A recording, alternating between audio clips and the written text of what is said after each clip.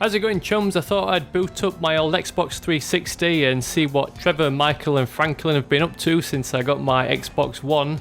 It's been a while since I posted any GTA 5 car content, so I thought I'd spend some time today to create one last roundup of my top 5 cars in GTA 5.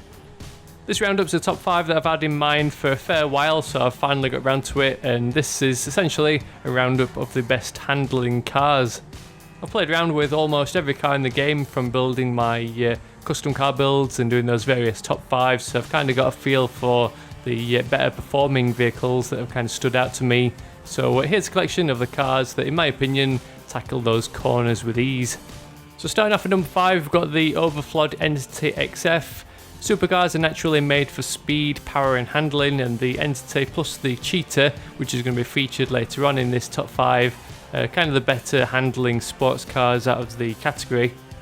The Entity, while its handling is pretty nice, it doesn't have the most sensitive steering, there's still some vagueness there, and the back end does step out under some excessive cornering, but overall it's one of the better handling cars that definitely matches up to its looks. In at number 4 is the Pegassi Monroe. The sports classics are not expected to be the best handling cars, but this one actually stood out to me when I did my top 5 classic cars roundup. This one does get sideways fairly easily, but actually handles a lot better than some of the modern sports cars, which is why it gets number 4 spot. The Grotti Cheetah, which is in at number 3, is in my opinion the best handling supercar. This one can take any corner that you throw at it, even though it's at high speed. It's just unfortunate that it's so wide that it doesn't often fit through traffic. But it's that low, wide stance that makes this car not only look awesome, but also gives it the performance to match.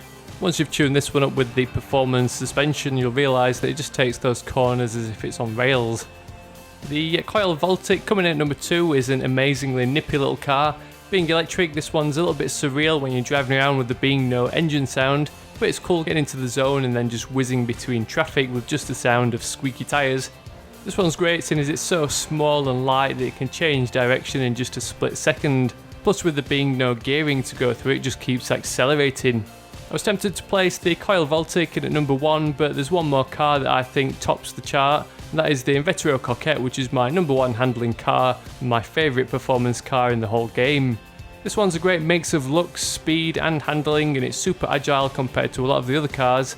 You get a nice sensitive steering control which allows you to slip between traffic with pinpoint accuracy, and it just seems to take corners without even getting out of shape. With a lot of the cars, the back end can quite easily step out from getting unbalanced when turning from side to side, but this one just seems to take it all in its stride and can change direction with ease. So that's it for my roundup of my top 5 handling cars in GTA 5. As always, let me know your thoughts down in the comments. Are there any cars that I've missed out that you would have included, or would you arrange them in a different order? I know the Xbox One and the PS4 is now available worldwide, so it'll be interesting to see how this video performs compared to the other episodes in this series.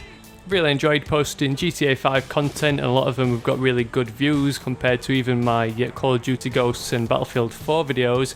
But I think it's time to finally wrap them up, so I hope you've enjoyed all the car build and top 5 videos in this series.